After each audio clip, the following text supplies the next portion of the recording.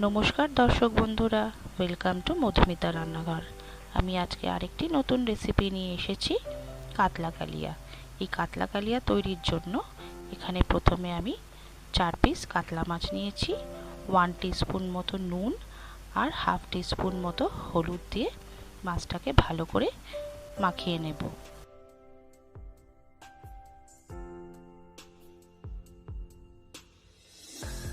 তারপর কড়াইতে 2 table spoon মতো সর্ষের তেল দিয়ে একটা একটা করে নুন হলুদ মাখানো মাছগুলো দিয়ে দেব। মাছগুলো দিয়ে একটা পিঠ ভালো করে ভেজে নিয়ে মাছগুলোকে একটা একটা করে উল্টে দেব।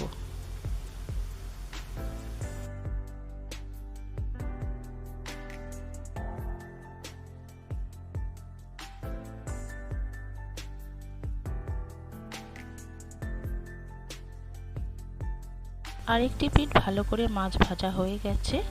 এরপর একটা একটা করে মাছ আমি অন্য একটি প্লেটে তুলে নিলাম।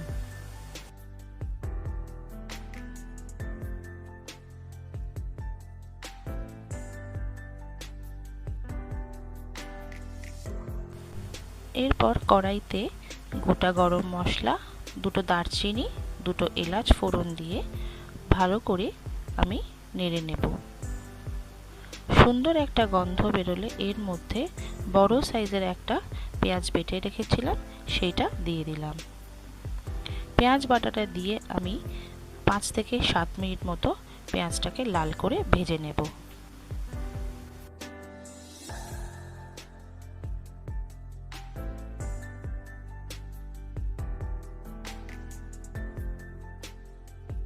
ভালো করে পেঁয়াজটা ভাজা হয়ে গেছে, পেঁয়াজের জলটাও প্রায় শুকিয়ে গেছে। এখানে আমি 1 টেবিল স্পুন মতো আদা রসুন বাটা দিয়ে ভালো করে পেঁয়াজের সাথে কষিয়ে নেব। আদা রসুনের কাঁচা গন্ধটা চলে গেলে এরপর এখানে আমি একটা মাঝারি সাইজের টমেটো বেটে রেখেছিলাম, সেইটা দিয়ে দিলাম। টমেটো বাটাটা দিয়ে ভালো করে কষিয়ে নেব যতক্ষণ না টমেটোর একটা কাঁচা গন্ধ থাকে সেটা চলে যায়। ভালো করে পেঁয়াজ, আদা, রসুন আর টমেটোকে কষিয়ে নিয়ে এই পর্যায়ে আমি এখানে মশলাগুলো দিয়ে দেব।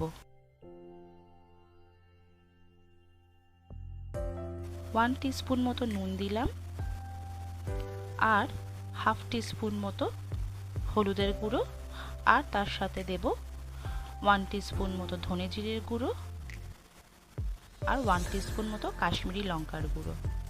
ভালো করে মশলাগুলোকে পেঁয়াজের সাথে মিশিয়ে নেব। সামান্য পরিমাণ এখানে আমি জল অ্যাড করব।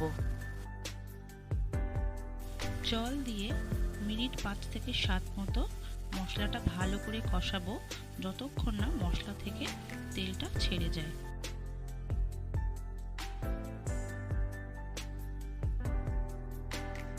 ভালো করে মশলাটা আমার কষানো হয়ে গেছে, রংটাও খুব সুন্দর চেঞ্জ হয়ে গেছে।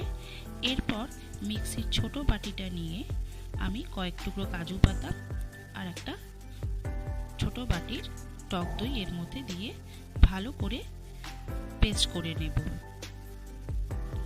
সেই পেস্টটাই আমি এই মশলার মধ্যে দিয়ে দিলাম। এরপর ভালো করে টক দই মশলার সাথে মিশিয়ে নেব।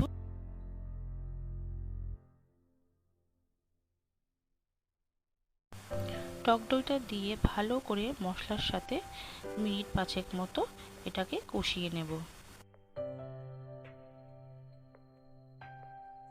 ভালো করে কষানো হয়ে গেছে, কালারটাও খুব সুন্দর একটা চেঞ্জ হয়ে এসছে।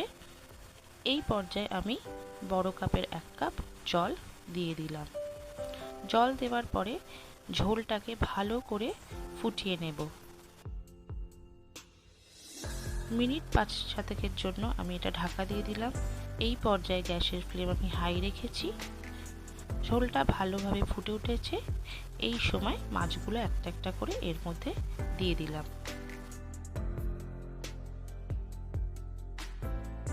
মাছগুলো দিয়ে ভালো করে নাড়াচাড়া করে মাছটাকে ঝোলের সাথে মিশিয়ে দিতে হবে।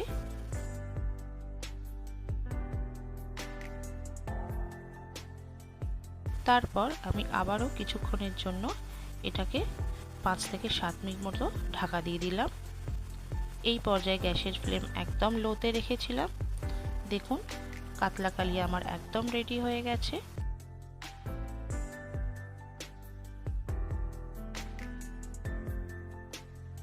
এই পর্যায়ে আমি এখানে 1 টিস্পুন মতো ঘি দিলাম আর তার সাথে হাফ টিস্পুন মতো গরম মশলা গুঁড়ো। গরম মশলা আর ঘিটাকে খুব আলতোভাবে আমি মাছের সাথে মিশিয়ে দিলাম যাতে মাছগুলো ভেঙে না যায়। তৈরি হয়ে গেছে আজকে আমার রেসিপি কাতলা কালিয়া।